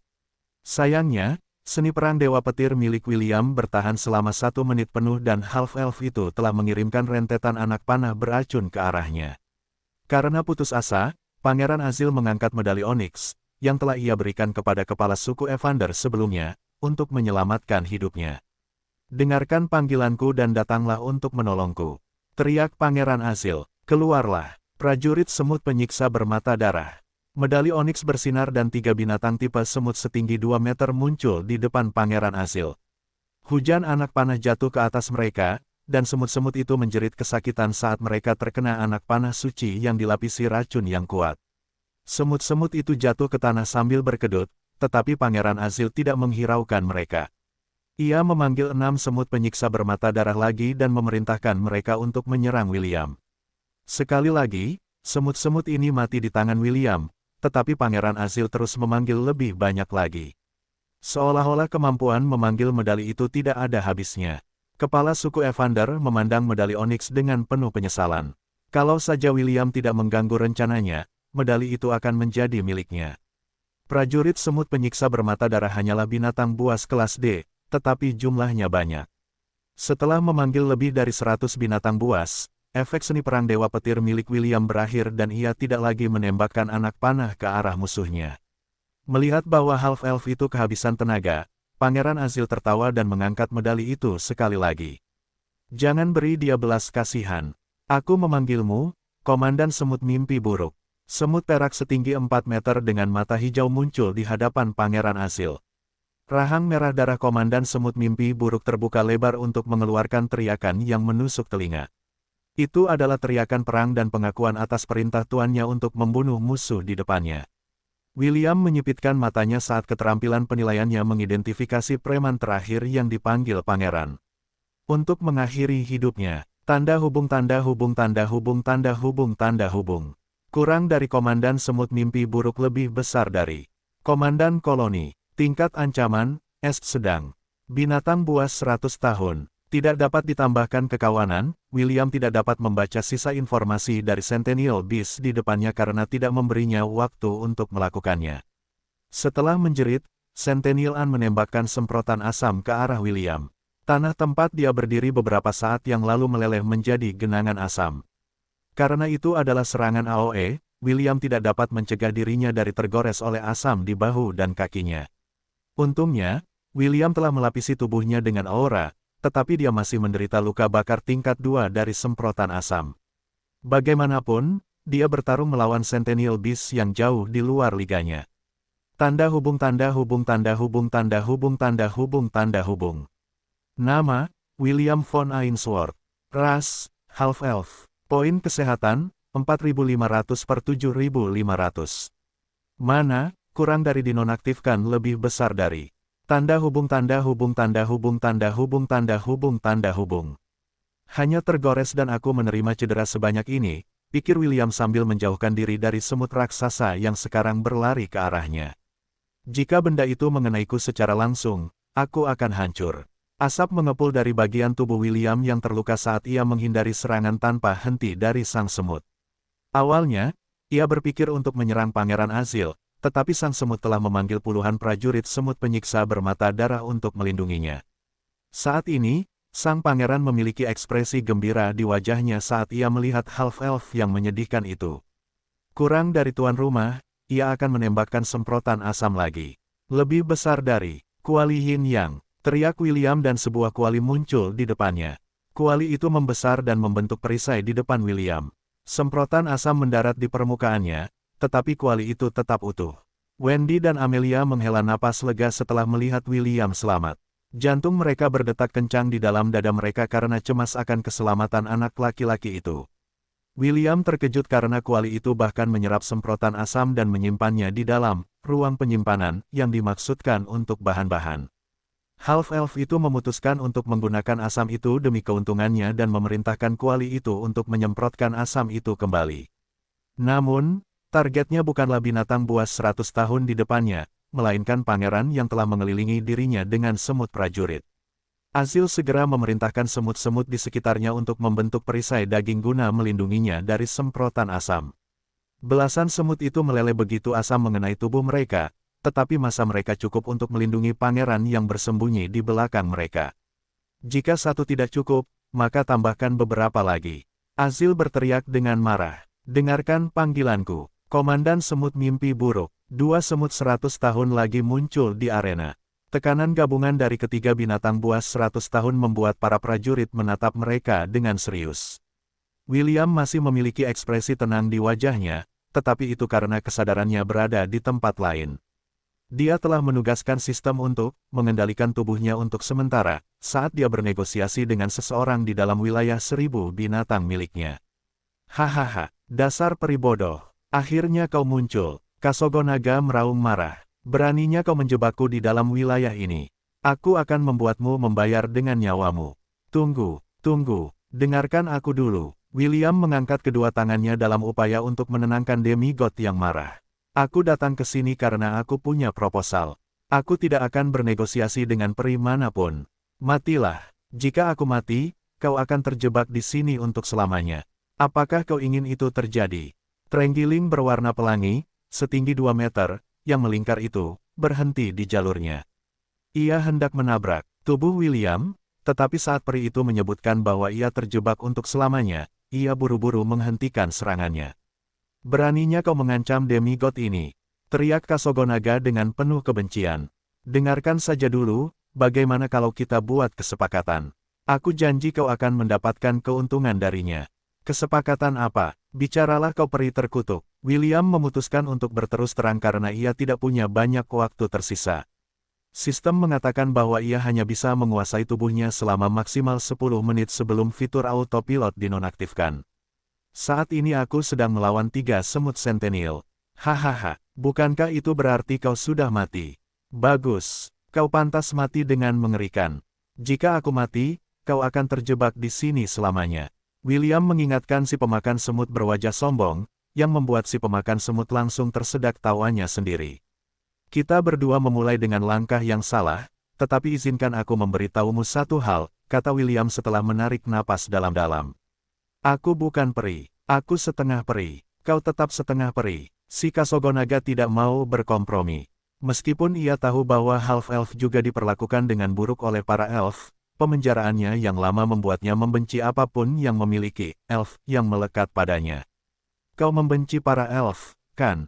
Maksudku, aku juga membenci mereka sampai batas tertentu karena mereka memaksa ibuku dan aku untuk berpisah, jelas William. Kasogonaga berhenti sejenak dan menatap William dengan ekspresi serius. Sebagai seorang demigod, ia memiliki kekuatan untuk melihat semua kebohongan dan tipu daya manusia. Tidak ada manusia di Hestia yang bisa berbohong kepada seorang demigod dan berpikir bahwa mereka bisa lolos begitu saja. William kemudian buru-buru menceritakan kisah tentang bagaimana ayahnya menyelamatkan benua Silvermoon dan mengorbankan dirinya untuk menyelamatkan pohon dunia. Namun, beberapa tetua Dewan Peri masih membenci ayah William karena ia telah menjadikan sang wanita suci sebagai istrinya. Bahkan setelah ribuan tahun, orang-orang munafik itu tetaplah munafik. Kasogonaga menghentakkan kaki kecilnya ke tanah karena marah. Aku ingin bercerita lebih banyak, tetapi aku tidak punya banyak waktu lagi, kata William dengan cemas. Saat ini, aku butuh bantuanmu. Tolong, bantu aku. Kasogonaga merenung sejenak sebelum menganggukkan kepalanya dengan enggan. Aku akan membantumu, tetapi sebagai balasannya, kau harus mengizinkanku menggunakan beberapa kristal sihir kelas tinggi yang kau simpan di dalam domainmu. Setuju. Tanda hubung tanda hubung tanda hubung tanda hubung tanda hubung. Kembali ke arena. Sudah waktunya kau mati, dasar budak terkutuk. Pangeran Azil memerintahkan 3 semut Centennial untuk menyudutkan William dan mengakhiri hidupnya. Saat ini, punggung William bersandar di dinding arena. 3 binatang Centennial telah mengepungnya dan tidak ada lagi tempat untuk berlari dan menghindar. Ketiga semut itu membuka rahang mereka lebar-lebar dan menyerang William. Wendy dan Amelia menutupi mata mereka dengan tangan. Mereka tidak ingin melihat kematian mengerikan komandan mereka di rahang binatang Centennial. Brianna, yang sedang menonton pertempuran itu, mengepalkan tinjunya begitu keras hingga kukunya menancap di telapak tangannya, mengeluarkan darah. Putri Ayla mendesah dalam hati sambil mengalihkan pandangannya.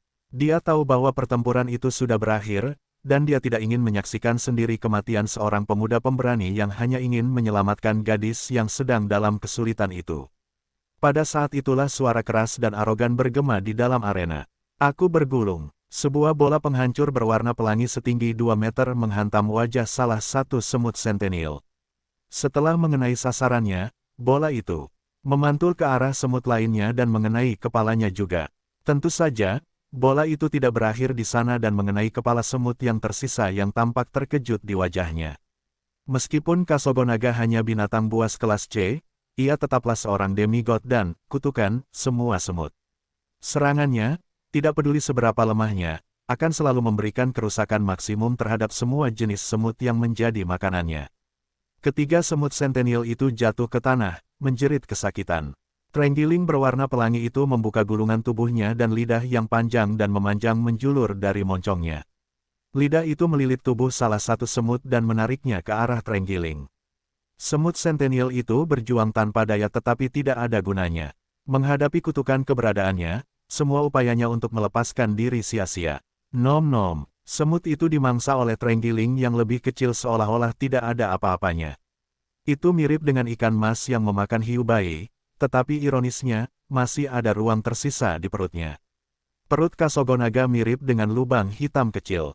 Semua makhluk jenis semut akan langsung diserap ke dalam lubang hitam itu dan mereka akan dicerna secara bertahap seiring berjalannya waktu.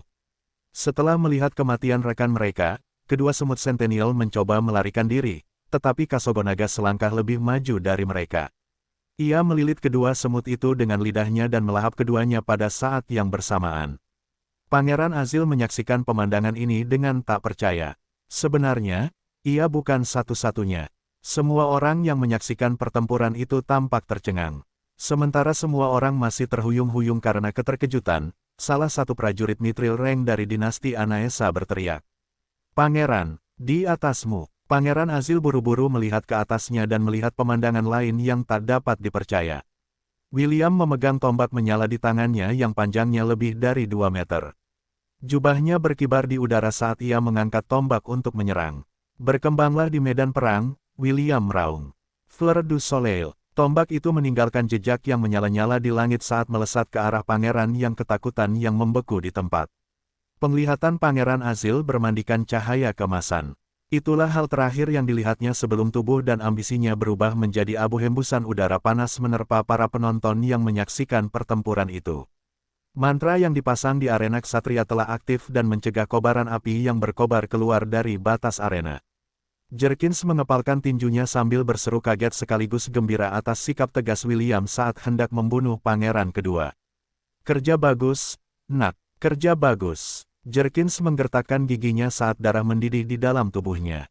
Ia berharap bisa melakukan hal yang sama dan membantai perwakilan dinasti Aenasa lainnya, tetapi ia lebih seperti seorang sarjana daripada seorang pejuang.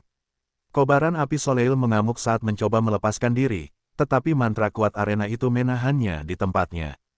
Tak lama kemudian, kobaran api mereda dan hanya tombak emas, yang tertanam kuat di tanah, yang bisa dilihat di tempat pangeran kedua dinasti Anaesa dulu berdiri.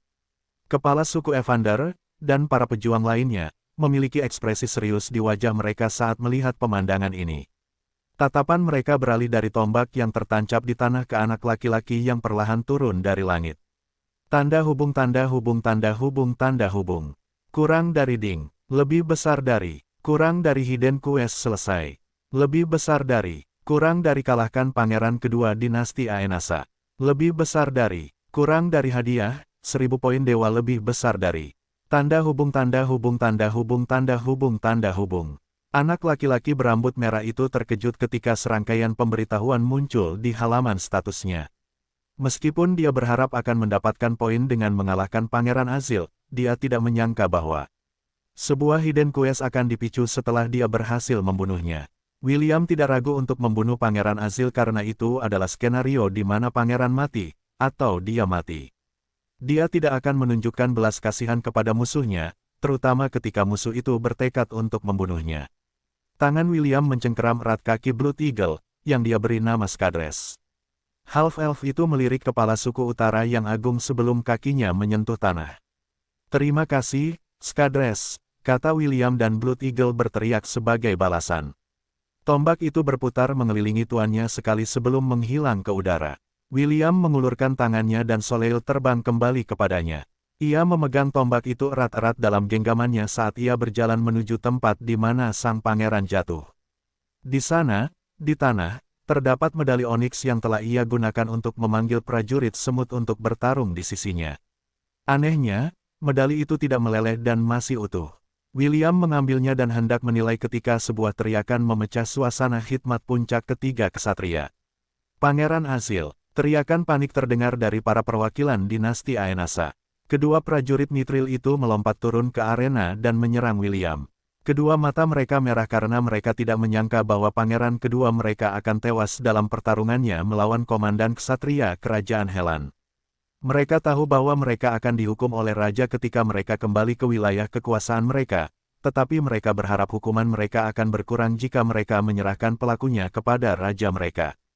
William tidak bergerak dan hanya menatap kedua prajurit yang mendekat dengan jijik. Senyum mengejek muncul di bibirnya seolah mengejek mereka atas kebodohan mereka. Kedua prajurit itu menjadi lebih marah dan menghunus senjata mereka ketika mereka hanya berjarak 20 meter dari target mereka. Mereka berencana untuk memotong kaki bocah itu untuk mencegahnya melarikan diri, sehingga mereka dapat menyeretnya kembali ke tanah air mereka dan menyiksanya seumur hidup. Kedua prajurit itu mengacungkan senjata mereka pada saat yang sama, namun, sesuatu yang tidak terduga terjadi. Ketika senjata mereka hanya berjarak 1 kaki dari tubuh William, kedua prajurit itu menghentikan langkah mereka. Ekspresi dan tatapan mereka tidak berubah, tetapi mereka telah berhenti sepenuhnya. Seolah-olah mereka berdua membeku dalam waktu, tidak mampu memberikan pukulan yang melumpuhkan yang akan melumpuhkan half-elf yang senyum mengejeknya semakin melebar. Angin mungkin bertiup, tetapi es tidak akan pernah mencair, kata William lembut. Manusia yang tidak mematuhi hukum ini, hanya akan memiliki satu akhir. Seolah menunggu kata-kata itu selesai, kedua prajurit itu berubah menjadi patung es, yang mengejutkan semua tamu asing yang mengira William akan mati di tangan kedua prajurit itu. Hanya suku utara yang tidak peduli dan tetap acuh tak acuh terhadap nasib kedua prajurit yang berani melanggar salah satu hukum suci mereka. William dengan santai mengacungkan soleil dan menghancurkan kedua patung es itu. Arena ksatria hanya mengizinkan duel yang telah disetujui kedua belah pihak. Mereka yang melanggar aturan ini akan berubah menjadi patung es dan nasib mereka akan bergantung pada belas kasihan orang yang ingin mereka lukai. Karena William sudah hafal aturan arena itu, dia bertindak tegas dan menghancurkan patung-patung es itu. Ia tidak berniat bernegosiasi dengan perwakilan dinasti Aenasa karena keduanya telah menunjukkan permusuhan terbuka satu sama lain. Putri kedua, Valeria si Anaesa, melihat dengan ngeri saat William membuat gerakan memotong leher ke arahnya. Para pengawal yang tersisa buru-buru berdiri di depan sang putri dan menghunus senjata mereka. Itulah cara mereka melindungi VIP terakhir dinasti mereka di pegunungan Kirintor. William mengabaikan para prajurit itu saat matanya beralih ke lokasi kepala suku agung. Setengah dari misinya telah selesai dan sudah waktunya untuk menyelesaikan sisanya selagi ia masih memiliki kekuatan untuk berdiri. Ia mengabaikan rasa sakit yang berasal dari luka bakar asam di tubuhnya saat matanya terpaku pada sasarannya. William mengangkat tombak di tangannya dan mengarahkannya ke prajurit kedua suku, Conal Zeke. Ketika aku melihat Putri Ayla, aku jatuh cinta padanya pada pandangan pertama, kata William dengan nada yang benar. Meskipun aku lebih muda darinya 2 tahun, aku yakin dia akan lebih cantik saat aku dewasa. Aku selalu ingin menikahi seorang putri, jadi ini adalah kesempatan yang tidak boleh aku lewatkan. Putri Ayla, dan orang-orang lain yang hadir di puncak ketiga tidak dapat menahan bibir mereka untuk berkedut. Baru 1 jam yang lalu, William menyatakan bahwa ia jatuh cinta pada pandangan pertama ketika ia melihat Brianna. Sekarang, ia mengatakan hal yang sama. Mereka semua ingin meludahinya dan bertanya, berapa kali kalian berencana untuk jatuh cinta pada pandangan pertama? Wendy, Amelia, dan anggota Ordok Satria William lainnya menutupi wajah mereka saat mereka berpaling karena malu. Untuk sesaat, mereka ingin berpura-pura tidak mengenal half-elf yang tidak tahu malu yang saat ini memasang ekspresi puas diri. Bahkan kedok Jerkins yang biasanya tenang pun hancur dan terpaksa menutup mulutnya untuk menahan diri agar tidak tertawa terbahak-bahak. Komandan William, mengapa Anda tidak berhenti di sini? Kepala suku Evander terpaksa mengakui William sebagai salah satu komandan ksatria kerajaan Helan setelah ia menunjukkan keberaniannya melawan Pangeran Azil dan Semut Centennial. Meskipun ia tidak tahu asal-usul terenggiling berwarna pelangi yang muncul sebelumnya, seekor binatang buas yang dapat mengalahkan dan melahap 3 Semut Centennial sendirian bukanlah hal yang lucu. Hari ini adalah hari ketika putraku akan memilih pengantinnya, lanjut Evander. Karena dia sudah memilih sang putri sebagai istri utamanya, tidak sopan jika tamu itu merebutnya, bukan? William tersenyum ketika mendengar kata-kata merendahkan Evander. Terus terang, dia merasa seperti sampah sekarang. Tapi, dia lebih suka menjadi sampah daripada sampah yang sudah mati. Selama mereka berada di puncak ketiga ksatria, William bisa menggunakan aturan untuk keuntungannya. Namun, begitu mereka meninggalkan tempat ini, keuntungan yang dimilikinya akan lenyap seperti angin yang berlalu. Jadi, maksudmu prajurit kedua suku menolak menerima tantanganku? William menganggukkan kepalanya. Baiklah, aku akan menerima saranmu, tapi dia harus mengubah gelarnya menjadi pengecut kedua suku. Saya sangat gembira bisa berbagi dengan kerajaan saya bahwa para prajurit pegunungan Kirintor hanyalah sekelompok orang penakut. William tertawa terbahak-bahak. Tawa itu penuh dengan ejekan dan penghinaan yang membuat telinga semua orang yang mendengarnya jengkel, kecuali perwakilan kerajaan Helan. Kepala suku agung dan prajurit lainnya menatap William dengan penuh kebencian, tetapi sasaran ejekan William duduk dengan tenang di kursinya seolah-olah dia tidak mendengar kata-kata ejekan dari half-elf. Prajurit kedua dengan tenang menyesap tehnya dan membiarkan tawa ejekan itu menerpanya seperti angin sepoi-sepoi. Dia tidak takut untuk melawan William, karena selama dia berada di wilayah kekuasaannya, dia akan dapat menggunakan kekuatan garis keturunannya hingga batasnya. Alasan dia tidak mengatakan dan melakukan apapun adalah karena dia menunggu keputusan ayahnya. Kepala suku agung adalah ayahnya dan kata-katanya adalah hukum. Kepala suku agung Evander telah memberitahunya secara halus untuk tetap duduk dan tidak mengatakan atau melakukan sesuatu yang sembrono. Sebagai prajurit kedua, dia tidak akan membiarkan dirinya marah hanya dengan ejekan belaka. Namun, Conal tidak menyangka bahwa William juga akan mengejek para prajurit suku utara. Apa yang dia lakukan melampaui batas suku utara. Semua prajurit meraung marah dan mengacungkan senjata mereka. Jika bukan karena hukum puncak ketiga, mereka pasti sudah menyerbu half-elf yang penuh kebencian itu dan mencabik-cabiknya. Ada apa? Apa kalian marah? William tertawa. Tenangkan diri kalian, kalian segerombolan banci. Ayo, tuan ini ada di sini. Kalian semua bisa melawanku pada saat yang sama. Aku tidak takut pada banci. Putra mahkota dinasti Zelan, Alaric Sol Zelan, tersenyum tipis saat melihat komandan ksatria kerajaan Helan yang sibuk mengejek para prajurit suku utara. Jauh di dalam hatinya dia tertawa terbahak-bahak. Dia pikir datang ke pegunungan Kirintor akan menjadi usaha yang membosankan. Dia tidak menyangka akan menemukan hiburan kelas 1 di tempat yang membosankan dan dingin ini.